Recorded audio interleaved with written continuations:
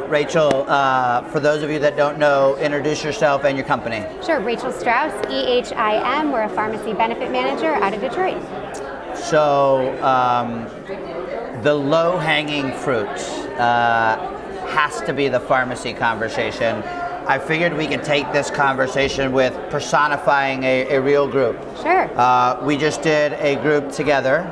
The group was using one of the major PBMs. Yep. And thought they were getting a really good deal.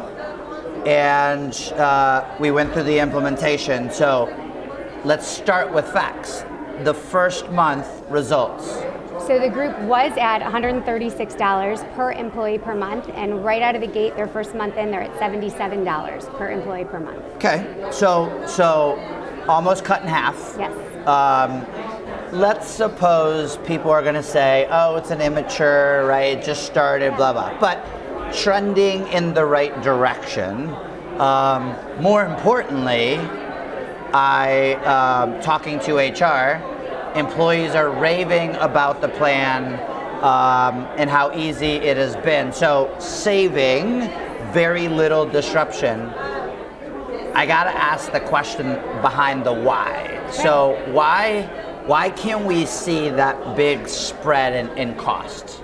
So with this particular group, the savings was definitely attributed to, one, a really concise rollout and education with the employees, and secondly, a hands-on approach at really attacking the biggest driver of what was their cost, which was the specialty drugs. So let's dig into that. Specialty drugs, a handful of people, right, are on these really expensive medications, typically the expensive medications that we see at night when we're having dinner. Yes.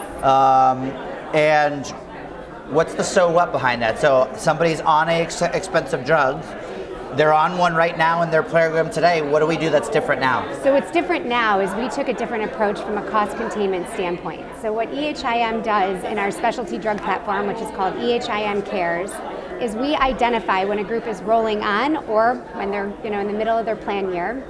We identify what medications may have an opportunity to strategically either get them off the plan, and I mean that by outsourcing them through the manufacturer direct or through another program, or through patient assistant programs and leveraging coupons that would be available to anybody on the medication. And so what we did with this particular client is because we had at least the minimum data from, as you said, they were with a different company and the data was not as plentiful as it can be with others, we were able to identify certain medications and the members ahead of time, do a reach out, work with the member, explain what our goal was. And I think the key here, Lester, is really making sure people here, we're working to get them their medication. This is not meant to be a roadblock, it's not meant to be a hoop they have to jump through, it's meant to be a partnership. And one of the things you mentioned when explaining these specialty drugs, yes, they're on TV, but they're also very, very expensive.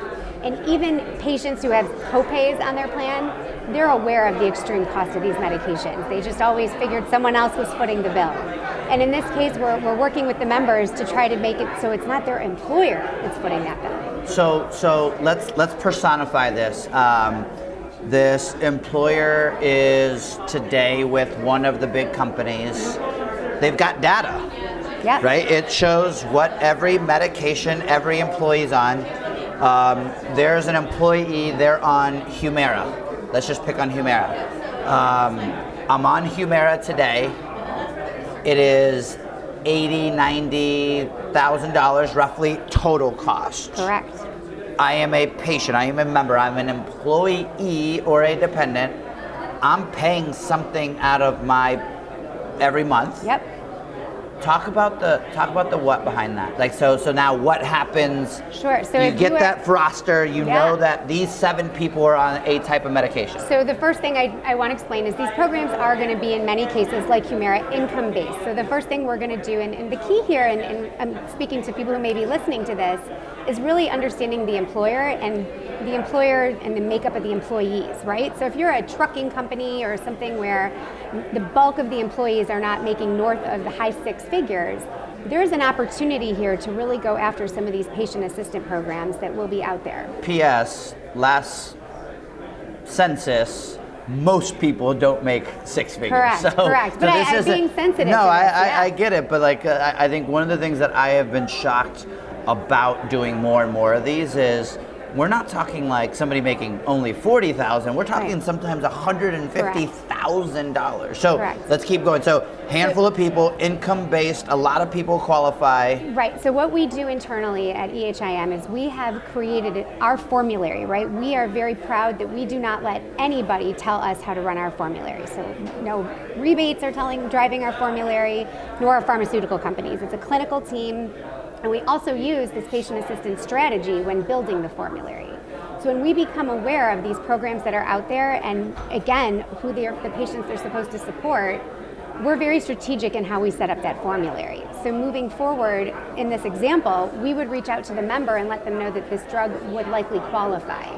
And we would get the information from the patient. So this would be an EHIM clinical representative direct with the member, working together to get the necessary documentation to apply for this type of program. And not to say, hey, P.S., I don't want you taking this medication. No. In the contrary, there might be a way for us to get this to you for free. Correct, with a member that's already on the drug, yes. So in that scenario, I am member, I am paying a copay. A lot of times these expensive drugs might have co-insurance, so it's a big dollar amount. We're not talking about a couple bucks. Even in the standpoint of $75 a month, we're still talking about $1,000 a year these employees are paying. But on the back end of that employer's spending the rest. Correct, yes. And really what we're trying to do is help shift that cost back away from the employer. So if we think about this, if I'm an employer, my number one cost is salaries. My number two is probably healthcare, and prescription drugs is 20 to 25% of that. Specialty is 50 to 60% of that. Correct. We're talking about a handful of people. Correct. That can make a big difference. Correct, and I think that that's the part that it's so important to hear, because it's a lot of steps and it can sound nerve-wracking, but when you drill it down, we're only talking about a couple of people that really will have this custom experience. And again, it really is an experience that we aim for. We want the members to be satisfied, we want them to understand what we're trying to do, and we're really working to do this in a quick time frame. So in the example that we just used, because we had that 2 to 4 week lead time, really during fourth quarter, busiest time of the year, we really spent the time to take advantage of these programs and to get the members enrolled. So right out of the gate, we were able to do it for January. Well, and having been involved in that, like HR stoked, yes. Right? HR is now able to go to employees and saying, there's a program available for you guys. Some of you paying thousands of dollars, and this client, they have an HRA, so the dollars that those employees don't spend on their drugs stays in their HRA. So this is directly benefiting the member. The employer loves it because they show love. Yep, right? exactly. I mean, we're talking about human beings. We're not talking about robots. We're not talking about, we're talking about human beings that are on these drugs. What's like, out of 100 people that are on these drugs, I mean, are we talking 20% of the people sometimes qualify? Are we talking about It depends, and one thing I want to say is that these programs evolve, right? And the pharmaceutical companies are shifting with the needs, and the needs have been great, especially with the pandemic. But I can say where people may not qualify for free, we have almost every specialty drug in the country has some form of a coupon available. And I think that's another huge part to this saving strategy is if we can't get the drug for free, which again, I would say more than 20% actually. I would probably say 30 to 40% of the time, depending on the medication. But where we aren't getting that, we're getting thousands of dollars off just from manufacturer coupons and patient assistant coupons available. So a gift card, for lack of a better way of saying it, from the manufacturer that says, hey, you know what? Here's $10,000 to offset the member cost of this. In a normal scenario today, the employee takes that card in, they wipe off their $50 copay times 12, but that's $600, but there might be $10,000. So I like to equate it to two things. One, I like to equate it, have you ever gone grocery shopping and bought a bag of chips and you get home and you don't eat chips? Dried fruit, Lester, when you get your dried fruit mix. Have you ever noticed one of those coupons on the bag? All you had to do was rip it off, right? And it was like literally you're staring at $1 that you didn't get to save. Yeah. Well, that's what these are essential. They're pharmaceutical stickers. You got to rip them off. So the first thing is making sure that they're applied in the first place. The second piece, and what you're alluding to, is making sure they're maximized, right? I'm a shopper, shocking. If I have a gift card to a store, I'm going to spend that whole gift card. I'm not going to find Put 30 my and money first. throw it away, Right. So it's about maximizing those coupons and also not allowing them to hit an out-of-pocket maximum. So I have to ask the flip side of this question. Yeah.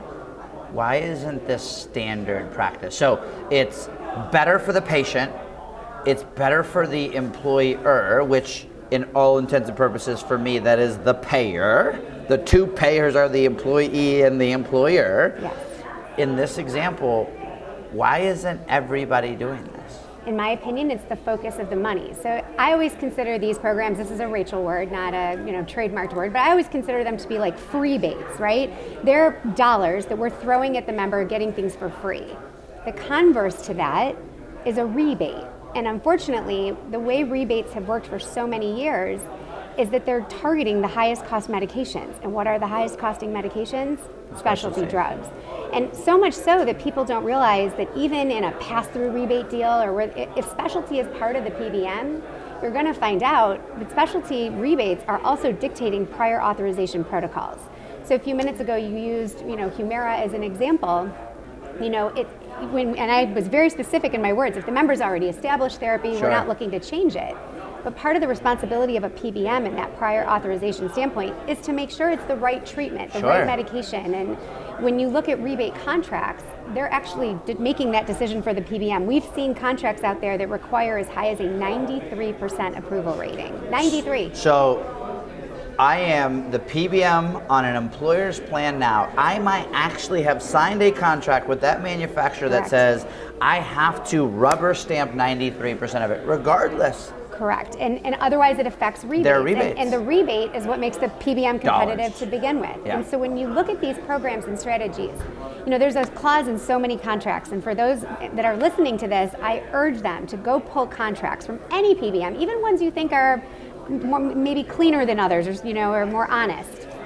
You will find a clause in almost any rebate contract that will have a stipulation that if you have any type of program that devises lowest net cost, it will affect rebates. That's backwards thinking, and that's why they're not putting these programs right in front of an employer, because it's messing with the rebates that made them win a contract to begin with. I always think of this like tax return, right? Yes. I could either manage my annual year of spend trying to not pay, or I can maximize my return at the end of the year. Yes. I would rather never pay the IRS the money in the first place rather than the IRS giving me this check. This is the same thing. They're just giving me back overspent dollars that I overspent over the course of the year. Correct. And in our world, the reason why CARES is such a great program is because, yes, the employer's saving money, and it's argued rebates come back and they're getting that money back in a Sure. different format. But in our world, they're also saving the member the money. So Right. it's everybody's winning.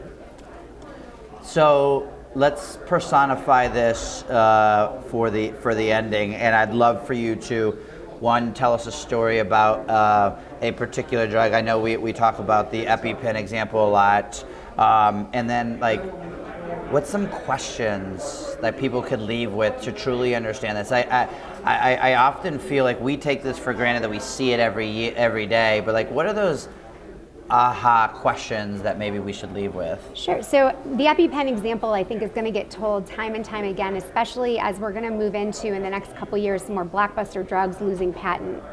The EpiPen example was you had a drug, a very necessary drug, life-sustaining drug for people with anaphylactic allergic reactions, that virtually skyrocketed in price overnight. And the media paid a lot of attention to that, but what wasn't getting paid attention to was at the exact same time they released a generic drug. The reason why nobody was shifted, you hear this DAW, dispenses written or generic mandate, right? The reason why people weren't getting the generic, back to my favorite word, the rebate. The rebate was dictating brand EpiPen had to go through. They had brand exclusivity on their contracts.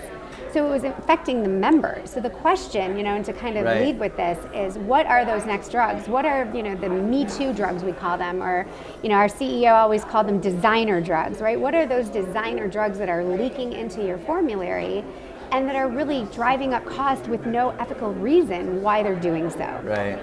So in that example, if I was a patient and I was on EpiPen, and let's say I'm on an HSA, I would have been paying astronomically more. $2,000 that summer. 2,000 versus? It was 300. So 2,000 versus 300, and that might have happened overnight. Oh, it did. It happened literally overnight. And I had, in that scenario, I had no choice. If you were with a PBM, that was all they were offering, correct. Okay. With us, in our book of business, when that happened, we are constantly scaling the market, looking at NDCs. That's the code. It's kind of like the scanning code of a medication, for those of you unaware. We saw that a generic had been released. We immediately added it to our formulary. We immediately updated our client list and basically said, effective now, brand EpiPen is excluded. We didn't even play around with it. We just excluded it because the key here is the exact same manufacturer made the generic. It was the same conveyor belt. Brand went this way, generic this way. But now no formularies had that generic for 6 months. So for 6 months, a member is paying 2003, so like 7 times more than they had to. Correct. The employer's paying more. Correct. And the only reason, let's not mince word, the only reason is for the profit of the PBM. Correct. The profit of the PBM and the anybody else manufacturer. That's in the food chain. And that's the part of this business that's complicated, is there's always people in the food chain that are getting in there. So leave us with 2 or 3 questions that people should be asking all the time. Sure. So the first thing is just knowing the kind of model your PBM is. There are some good PBMs out there. You know, we like to think we're one of them. There are others in the country. Identifying your contract language. Are their goals aligned with yours? Do you have a clause in there that if you do any cost containment, you are giving something else up? That shouldn't be in there. It's not a part of the goal. And the third, what kind of drugs are in a top 10 list? So where can I get a list of medications to maybe submit it to a company like ours or some of our competitors that can take a look at it?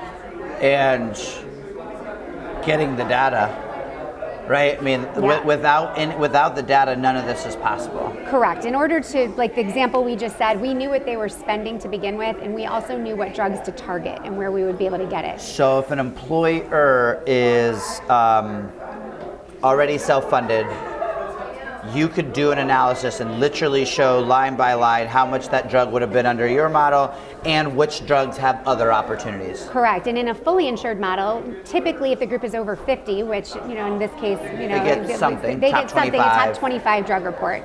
And that's where we can identify, if there's any, again, really highly rebatable drugs that shouldn't be in there to begin with, or, specialty drugs that have a potential strategy. High value, low disruption. Yes. Everybody takes prescription drugs. I mean, this is just a winning all the way around. We think so. All right, well, thank you for your time. Thanks, Lester.